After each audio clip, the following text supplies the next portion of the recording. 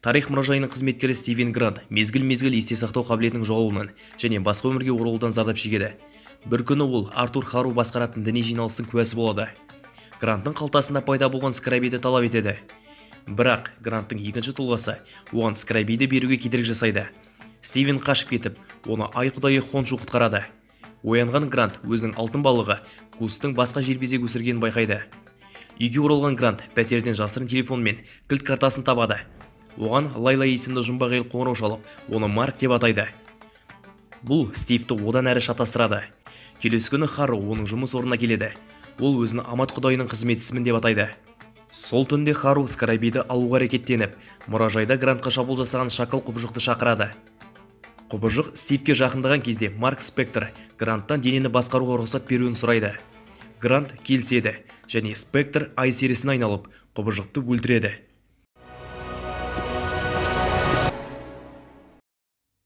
Ай серісі. Құдайлар біздің арамызда.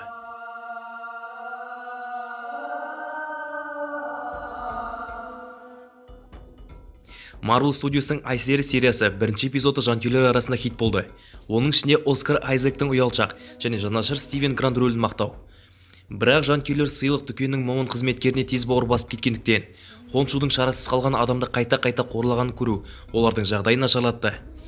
Хоншудың дауысын Оскар сыйлығының иегері актер Мюррей Абрахам дыбыстаған.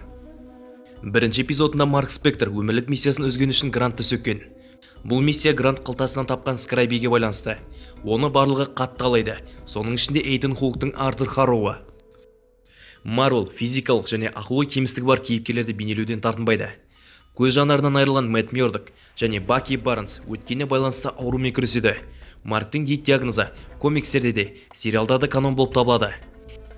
Дит, яғни диссоциативті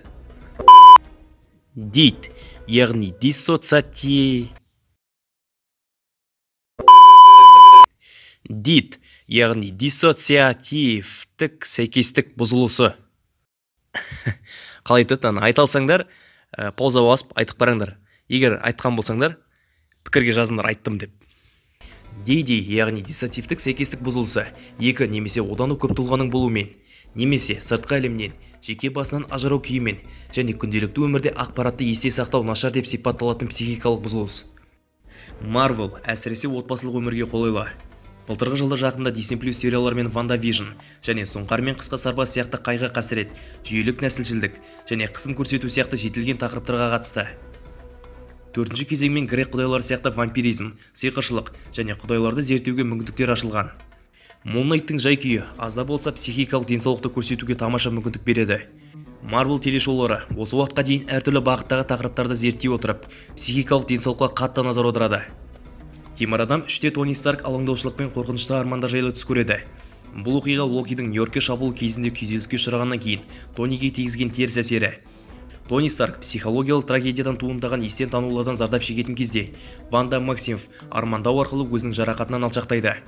Оның керемет күштері оған өз армандарын әлде қайда шынайы нәрсеге айналдыруға мүмкіндік береді. Марк Спектрдің диссоциативті сәйкестік бұзылыстарына ерекше назар аударды. Бастапқы материалда Марк Спектр Чикагоның кедей бөлігінде раввиннің қолында тәрбиеленіп, ақш теңіз жаяу әскері болып өскен. Спектр психикалық теңгерімсіздікке байланысты әскерден абыройсыз босатылып, жалдамалы қызметкер болды. 3 жылдық қызмет барысында алған дағдыларын пайдалана отырып, Спектр Африка континентіне қастандықтан құтқару миссияларын орындады. Жалдамалы ретінде өзінің соңғы миссиясы кезінде ол Мысыр шөлінің ортасында Спектрді өлімші етіп жаралған зұлым Бушманды кездестіреді. Қатты жараланған Марк Спектр мысырлық ай құдайы Хоншу қабіріне жете алды. Спектрдің рухы ай құдаймен кездесіп, Марктың мәңгілік қызметі үшін оның өмірін сақтап қалуға ұсыныс жасайды. Ал Спектр оған келіседі. Хоншу Марк Спектрге оның барлық табиғаттан тыс күштерінің қайнар көзі болып табылатын құдайлық күшінің бір бөлігін берді. Бірінші маусымдағы бетбұрыс 4-ші эпизодта болды. Артур Харроу Хоншуды түрмеге жапқаннан кейін Марк Спектрді өлтірген сияқты. Бұл оны және Стивен Грантты Мысырдан кейінгі өмірдің шлюзі болған психикалық аурухана зерттеуге келді. Алайда ол Стивен Грантқа Дуат құмында қайтыс болғаннан кейін ғана қол жеткізе алады. Дуат құмы дегеніміз ежелгі Египет мифологиясында жерасты әлемі. Ескі патшалықта Дуаттың басты құдайы Анибус болды. Бұл жерде көрермендер Маркты Moon Knight-тың 6-шы бөлімі басталған кезде табады. Бірақ ол Стивенсіз мұндай бейбіт өмірді қаламайтын тез түсінеді. Марк осы өмірден бас тартып, Стивенді қайта тірілтемін деген үмітпен оны табуды шешеді. Екеуінің қолдары жүрекке тиіп, дуат құмында тоңған соң ғана бостандыққа шығады. Бұл оларға Мысырдағы өмірін тастап, Марк Спектрдің шынайы әлемге қайта құрылуына мүмкіндік береді. 6-шы эпизодта Артур Харроу ақыры мақсатына жетеді. Мысыр құдайы бұған дейін 2000 жылға жуық түрмеде отырғанын айтады. Ол өзінің ресми аватар ретінде Артур Харроуды таңдайды. Соңында Амит бостандыққа шығып Хоншу мен ұлы Гиза пирамидасында соғысып жатқанда, Лайла мен Муннайт өзінің ізбасарларына адамдарды соттау қабілетін берген Артур Харроумен күреседі.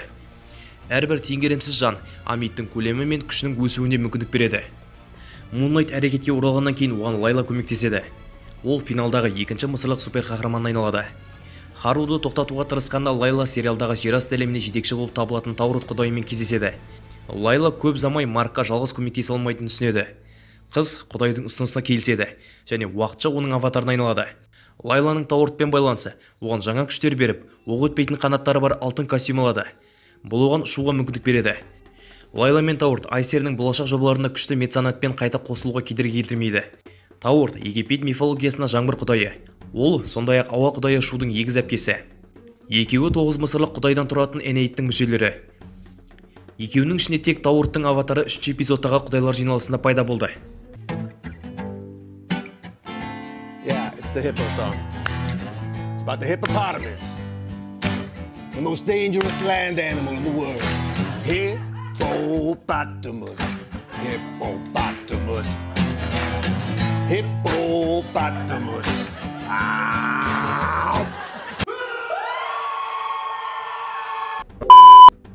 Мысыр құдайын Амит қолтырауының физикалық сипаттамалар бар тіршілік иесі ретінде бейнеленген.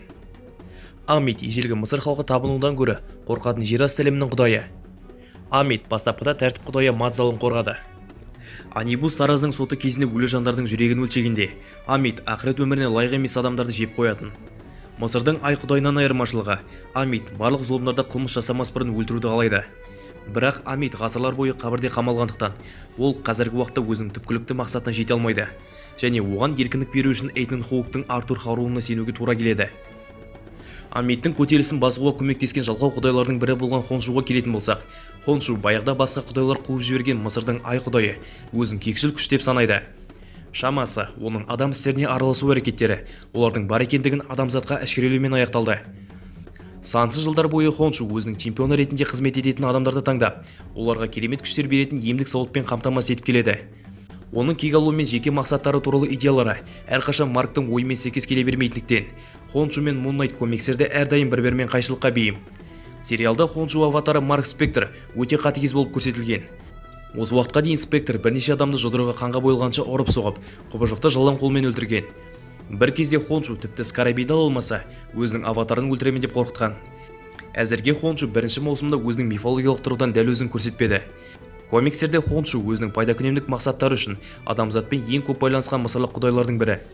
Енді Мысыр құдайлардың ешқайсысы біздің өлшемімізге бару үшін бұл жерден кете алмайды, және олардың санасын аватар арқылы біздің әлемге көрсету керек. Мысалы, сериалдағы Хоншудың аватары жалдамалы Марк Спектр, немесе Амиттің аватары Артур Харроу. Амит құтқарылғаннан кейін Артур Харроу оның аватары болуға келседі, бірақ бірікпей тұрып олар Хоншу, Марк және Лайламен қызу шайқасқа түседі. Нәтижесінде Спектр мен Лайла Харроуды жеңеді. Олар арнайы рәсім жасап, Аматты күшпен Артурдың денесіне орналастырады. Осылайша оны билікті басқару мүмкіндігінен айырады. Марк Хоншудың бұйрығы бойынша Харроуды өлтіруден бас тартады. Өйткені ол енді арамза құдайдың қалауымен шекарадан өткісі келмейді. Кейінірек Харроудың өзі психиатриялық ауруханаға түседі. Дәл сол жерде Хоншу Артурды тауып, өзінің жұмбақ көмекшісі, культтің бұрынғы жетекшісін өлтіреді. Бұл туралы кейінірек айтатын боламыз. Кейінгі өмірде Марк көптен күткен жан тыныштығын табу мүмкіндігіне ие болады. Алайда ол Стивеннің жеке басын және онымен байланысты естеліктерді желеуден бас тартып, оған көмекке барады. Грантты құтқарған Спектр өзінің жеке серігімен бірлік табады. Бұл бірлік Спектрдің Харроумен және оның қол астындағылармен шайқасқан сахнада көрінеді. Айсері туралы болашақ жобаларда Хоншудың өзі басы қаскүнемге айналуы мүмкін. Ал Джейк Локли оның одақтасы ретінде әрекет етеді. Енді басқа құдайлар өздерінің аватарлары мен тірілер әлеміндегі орындарынан айырылғандықтан, Хоншу Локлидің қолдары арқылы күш пен ықпалға ие болуға тырысуы мүмкін. Қалай болғанда да кейіпкер мен антагонисті бір адамның денесіне қою және олардың бірнеше тұлғаның ауысуымен бетпе-бет келуі Муннайт туралы келесі маусым үшін қызықты тұжырымдама. Айта кетейік, комикстерде Хоншу Маркты бала кезінен бақылап келеді. Сериалда баланың жеке басының екіге бөлінуіне әкеліп соқтырған Спектрдің ағасын өлтірудің артында Мысыр құдайы тұруы мүмкін. Стивен Марктың қайғылы естеліктерімен танысып, Хончуға ұқсайтын кішкентай қаңқаны абайсызда басып кеткен сахнада осыны меңзейді. Moon Knight'ың шытырман оқиғаларын жалғастырудың тағы бір сценарийі жалдамалы жұмыс кезінде оның серіктесі болған Рауль Бушманмен қақтығысы келесі маусымда болуы мүмкін. Марк Спектр Стивен Грантпен бірге ішінде жасырынған қатыгез үшінші тұлғаның бары расталды. Бастапқыда Moon Knight'ың қарама-қарсы тұлғалары Марк Спектр қылмыскер ретінде жеке мақсаттарын жүзеге асыру үшін пайдаланатын бетперде ретінде бейнеленген.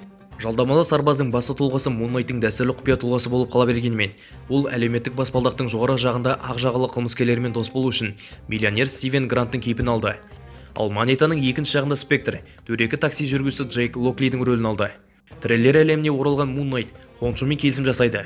Ол Аматпен сөйлескенде Марк пен Стивенді жіберуге уәде береді. Бас кейіпкермен Лайла Харуға қарсы шайқасқа түседі. Содан кейін Марктың санасында тағы да есте сақтау қабілеті бұзылады. Сірә, дәл осы сәтте Марктың ең қатал тұлғасы Джейк Локли әрекетке кірісті. Төбедегі қанды шайқас кезінде Стивенде, Маркта Артур Харудың қолбасшыларына қарсы кісі өлтіру кезінде олардың қайсының бақылауында болғанын білмейміз. Шамасы Локли Марктың денесімен ақыл ойын бақылауға алады. Содан кейін ол қарсыластарын өлтіре бастайды. Мысыр құдайы Марк пен Стивенді босатады, бірақ олар Хончуға әлі де бағынатын үшінші адам туралы білмейді. Бұл Джейк Локли. Кредиттен кейінгі сахнада аурухана қызметкерлерін аяусыз басып жаншып, Харуды атып өлтіреді. Джейк Артурды тірі қалдыру үшін бірнеше қызметкерді өлтіріп, оны артқы орындықтағы Хончумен бірге сәнді таксиге отырғызады. Хончу Джейк Локлидің аватары екенін және Марк Спектрді алғысы келетінін растайды. Ай құдайы Артур Харуды өлтіруге рұқсат беріп, кабинаның ішіне бірнеше рет оқ атылады. Джейк Локлидің мейірімсіздігі Хончуға тез пайда келеді деп айтуға болады. Айсері директоры Мұхаммед Диаб кейіпкердің мұнарул Inside her eyes was my tomorrow. Then something changed her mind. Her kisses told me I had no loving